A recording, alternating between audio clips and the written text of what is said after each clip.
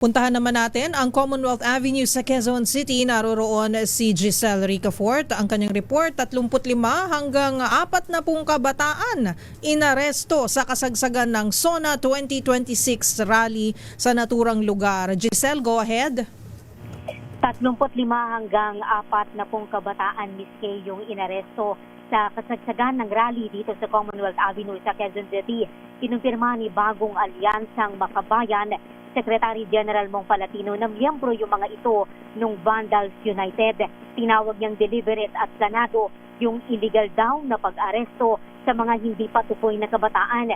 Ayon kay Palatino, bukod pa yung mga ito sa tatlong inaresto sa bahagi ng Matandang Balara kung saan sumiklab kanina yung tensyon sa pagitan ng mga pulis at ng mga demonstrador. Pakinggan natin si Bayan Secretary General Mong Palatino. Report, 35 to 40 na mga kabataan ang inaresto. Mukhang plano talaga ng pulis na arestuhin yung mga miyembro ng Vandals United. Mali ang ginawa ng pulis na sa loob mismo ng hanay natin mag-aaresto. Kahit sa kanilang protocol, bawal yan na mag-aaresto ka habang may protesta.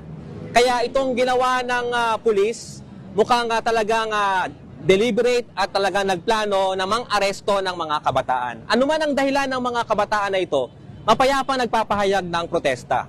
Galit yung tao, galit ang mga kabataan sa korupsyon, sa mga magnanakaw. Ang dapat na inaaresto yung mga kurakot, yung mga kontraktor.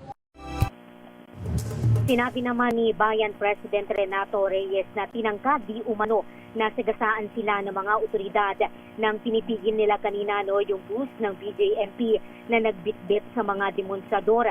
Pinagbantaan pa raw sila na aarestuhin din kung hindi titigil doon sa pagpalaga. Inalarawan niyang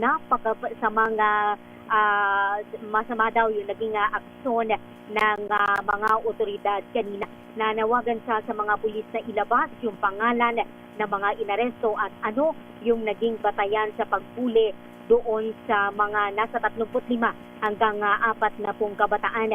Samantala, dumating naman dito si Elmo San Diego, yung hepe ng Quezon City Department of Public Office o Order and Safety matapos nga yung nangyaring kaguluhan.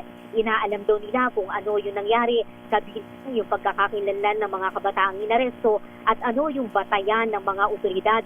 Nilinaw ni San Diego na namamagitan lamang yung lokal na pamahalaan at ibang usapin yung kaso ng mga inaresto. Pero kung walaan niyang paglabag, dapat silang pakawala ng mga otoridad.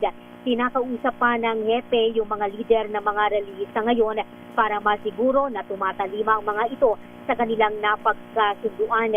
Sa pagtaya ng lokal na pamahalaan ng Quezon City, mahigit 40,000 yung nagkikilos protesta ngayong ikalimang SONA ng Pangulong Bongbong Marcos Jr.